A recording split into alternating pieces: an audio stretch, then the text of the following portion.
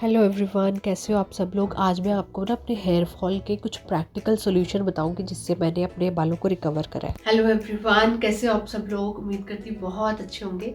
आज ना मैं आपके साथ एक बहुत ही अच्छे एक टॉपिक पे ना अपनी पर्सनल एक्सपीरियंस शेयर कर रही हूँ जो कि आपको हेयर फॉल से रिलेटेड है। मुझे लगता है सबको कभी ना कभी आपके हेयर फॉल हुआ होगा, कोई ना कोई ऐसा रीज़न हुआ होगा कि आपको हेयर फॉल हुआ होगा, क्रॉनिक हुआ होगा। और मैं अपना बताना चाहती हूँ कि कैसे मैंने विद प्रूफ बताऊँगी कैसे मैंने उसको रिकवर करा है, क्या क्या मेजर्स लिए हैं और कैसे अब मेरे अब बाल बहुत अच्छे हो गए हैं, फॉल होना बंद हो गया। मेरा पर्सनल एक्सपीरियंस है बहुत सालों से, क्योंकि लास्ट 2 साल पहले भी मुझे बहुत ही क्रॉनिक हुआ था।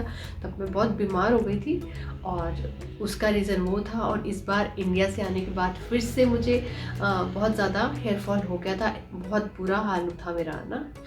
तो उसके लिए मैं क्या क्या मेजर लेती हूँ, क्योंकि कुछ तो जो आपका एक्सटर्नल है ना वो सिर्फ 10 से 20% आपको इफ़ेक्ट करता है, बाकी सब जो है इंटरनल है। तो वो मैं आपको स्टेप बाय स्टेप अपना बताती हूँ, विद प्रूफ बताऊँगी। मेरे पास तब की क्लिपिंग भी है जब मेरा हेयर फॉल हुआ था 2 साल पहले, और अभी भी है, तो वो मैं आपसे शेयर करूँगी। इस सारे ब्लॉग में मैं उसी के बारे में बात करूँगी और सारे मेजर्स बताऊँगी कैसे मैंने उसको रिकवर करा है। तो 2 साल पहले मेरे को ना बहुत ज़्यादा मैं बीमार हो गई थी, तो उसकी वजह से कुछ दवाइयाँ खाने की वजह से मेरे को ना बहुत ज़्यादा हेयर फॉल हुआ, इतना ज़बरदस्त हुआ कि मैं डर गई थी कि मैं क्या करूँ।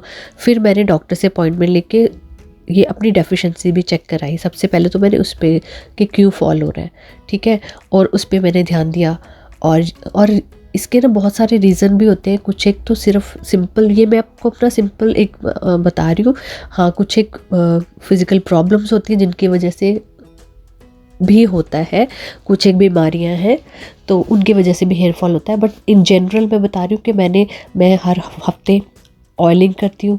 और ऑयलिंग में आप कोई भी ऑयल अपनी मर्ज़ी का मैं कुछ बना लेती हूँ, वो करती हूँ। और साथ में स्टीम देती हूँ अपने बालों को ना। ये मैं नॉर्मली बड़ा टॉवल इसलिए यूज़ करती हूँ, मेरे बाल थोड़े डेंस है तो स्टीम ना अंदर तक जाती नहीं है। जो स्टीम लेने वाला जो रेगुलर टॉवल आता है ना, तो उससे मेरा मेरे बालों में स्टीम जाती नहीं है अच्छे से। तो मैं फिर ये बड़ा टॉवल रखती हूँ जिससे अच्छी तरह स्टीम चली जाए। तो उसके साथ साथ ही मैं कुछ, जब मैं स्टीम देती भी ना, ये काम मैं स्पेशली रुक के अपने लिए नहीं करती, मैं बीच बीच में काम करते करते ये काम कर लेती हूँ। तो जैसे मेरी किचन में ही मैं ये कर रही हूँ, तो साथ में जो कुछ होगा ना, मैं अपना हाथ धो धो के साथ में करती रहती हूँ ये। और अब मैं एक बार लगा दूँगी और इसको 2 या 3 बार रिपीट करूँगी, और अच्छी तरह मेरे बालों पे ये जो है ऑयल ना, और मेरा स्कैल्प की जो सर्कुलेशन है वो अच्छी हो जाती है। तो उसके बाद मैं मास्क लगाती हूँ जब ये ठंडा हो जाता है ना, अच्छी तरह एब्जॉर्ब हो जाता है ऑयल। जितना आपको स्कैल्प को चाहिए होता है वो ले लेता है, आपके बालों में जितना मॉइस्चर चाहिए होता है वो चला जाता है। उसके बाद मैं उसके ऊपर मास्क लगाती हूँ। मास्क आपको मैं ये एक्सटर्नल टेक्स्चर को बेटर करने के लिए करती हूँ, इससे ग्रोथ में इतना ज़्यादा फ़र्क नहीं पड़ता। बट मेरे बाल क्योंकि थोड़े कर्ली हैं और इसलिए, और कर्ली बाल होने की वजह से ना, तो आपके कैराटिन फॉर्मेशन अपने आप नहीं होती, तो इसलिए एक्सटर्नली ये मुझे देना पड़ता है। कुछ भी मास्क लगाती हूँ ताकि सॉफ्ट टेक्सचर आए। फिर मैं हर 2-3 महीने में एक बार कट कर लेती हूँ, छोटा सा ट्रिम कर लेती हूँ, अपने बालों को खुद ही कर लेती हूँ। और ये करना ज़रूरी, जैसे पौधों को आपको हल्का सा प्रून करना पड़ता है ताकि उनकी ग्रोथ अच्छी हो, ऐसे ही हमारे बाल हैं। क्योंकि हमारे बालों को सबसे लास्ट में फूड, जो भी हम खाना खाते हैं ना, उसका जो भी एनर्जी वो सबसे लास्ट में मिलती है। और अगर डेड एंड रहेंगे ना, तो एनर्जी तो वो लेंगे बट वो वेस्ट चली जाएगी ना। इसलिए वो डेड एंड को हटा दो। क्या करना है आपको ना, आपके बाल हेल्दी भी तो होने चाहिए, तो ये बहुत ज़रूरी है। हल्के हल्के आप ट्रिम करते रहिए। फिर मैंने जो और चीज़ें मैं फॉलो करती थी, वो मॉर्निंग में मैं फिग और रेजिन्स, ब्लैक रेजिन्स होते हैं ना, उसको सोक करके एक केसर का 1-2 स्ट्रैंड डाल के उसका पानी में पीती हूँ। और ये इससे आयरन और कैल्शियम की डेफिशिएंसीज तो जाती हैं। 4 बादाम और एक वॉलनट भी है इसमें। तो उसके अलावा भी आपको ना जो हार्मोन बैलेंस में बहुत काम करता है। आपकी शुगर की जो है ना स्पाइक, इंसुलिन स्पाइक इमीडिएट नहीं होता। सिर्फ इसका एक फ़ायदा नहीं मिलेगा अगर आप सुबह ये खाना शुरू कर दोगे ना, तो मतलब बहुत ज़्यादा, आप 1 महीने में फ़र्क आपको महसूस होगा। फिर ये ब्रेकफास्ट में मैं मतलब ये ब्रेकफास्ट में ज़रूर करती हूँ, क्योंकि पीनट खाने होते हैं, मैक्सिमम मुझे पीनट को ऐड करना है। तो मैं क्या करती हूँ, इस तरह से पालक पीनट को हल्का सा लहसुन डाल के सौते कर लेती हूँ। और उसके बाद मैं 2 अंडे, और उसको मैं नॉर्मली बनाती हूँ, इसलिए क्योंकि प्रोटीन को ना जितना आप फेंटते हो ना, तो इसका प्रोटीन का बॉन्ड जो है टूट जाता है। ऑमलेट कभी कभी बनाती हूँ टेस्ट के लिए, बट आप रेगुलर अगर आपको चाहिए कि हाँ क्योर हो और आपका मैक्सिमम प्रोटीन का इंटेक हो जाए, तो एग मैंने हफ्ते में 3 बार मैं मैक्सिमम ये ब्रेकफास्ट कर सकती हूँ। तो ये करती, बीच में पोहा, कभी पोहा ऐड कर लिया, उपमा ऐड कर लिया। मैं इडली बनाती, कोकोनट की चटनी जैसे है, कोकोनट भी खाना होता है तो कोकोनट की चटनी बना लेती हूँ। तो ये मेरा फेवरेट ब्रेकफास्ट हो जाता है। कभी पराठे भी, पालक और पनीर का पराठा ऐसे।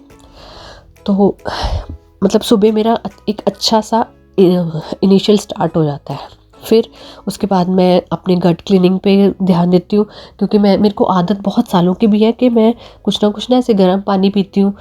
एक सबसे जो उठते ही आप गर्म पानी पीते हो, तो एक तो आपका अंदर से वैसे ही क्लीन हो जाता है। दूसरा, मैं सारा दिन में फिर मैंने और अपने और चीज़ों का ध्यान दिया कि और अच्छे से चीज़ों की अब्सॉर्प्शन हो, तो मैंने काढ़ा भी मैं दिन में पीना शुरू कर दिया, और काढ़े पीती हूँ, और ड्रिंक्स हैं वो भी लेती हूँ। फिर मैंने सप्लीमेंट्स पे ध्यान दिया, जैसे डेफिशिएंसीज चेक कराई तो आयरन के सप्लीमेंट्स लिए, और खाने से भी करा, पर मैंने सप्लीमेंट भी लिए। बायोटिन ली, बायोटिन जो कि हेयर के लिए मतलब बहुत ही ज़्यादा इम्पॉर्टेंट है। बायोटिन के सप्लीमेंट लेना जब आपको क्रॉनिकली जो है फॉल हो। तो मैंने 6 मंथ्स वो रेगुलर ली। उसके बाद अब मैं लेती हूँ, बट अभी मैं इंटरवल में लेती हूँ थोड़े थोड़े।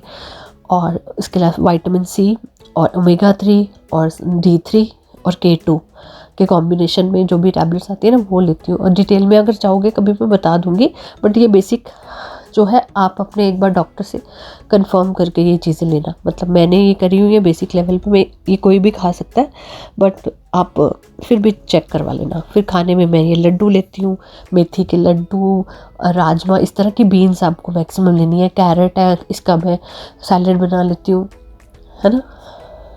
और ये मसूर की दाल है ना, काली वाली, ये बहुत अच्छी होती है। ये मैं मतलब खाती थी, बनाती थी हफ्ते में 1-2 बार।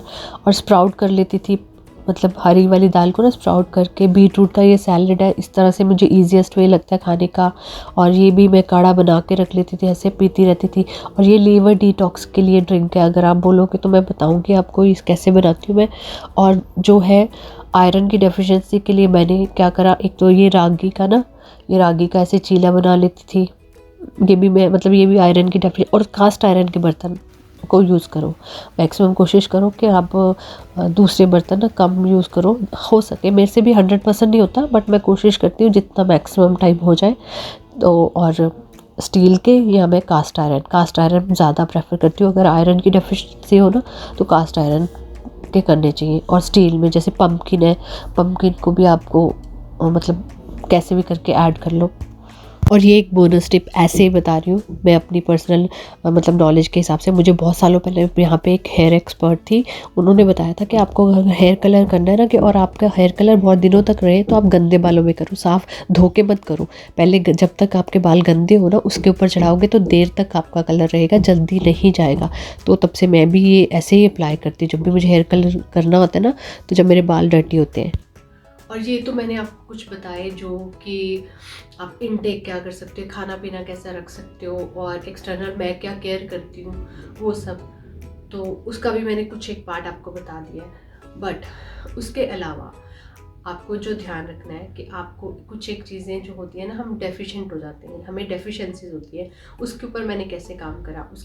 उसका एक जो मेन रीज़न था आयरन में, आयरन डेफिशिएंट थी, तो मैंने आयरन एक्स्ट्रा लिया, डाइट में भी लिया और एक्स्ट्रा सप्लीमेंट्स भी लिए। फिर मैंने बायोटिन लिया, 6 मंथ्स तक बायोटिन रेगुलर लिया।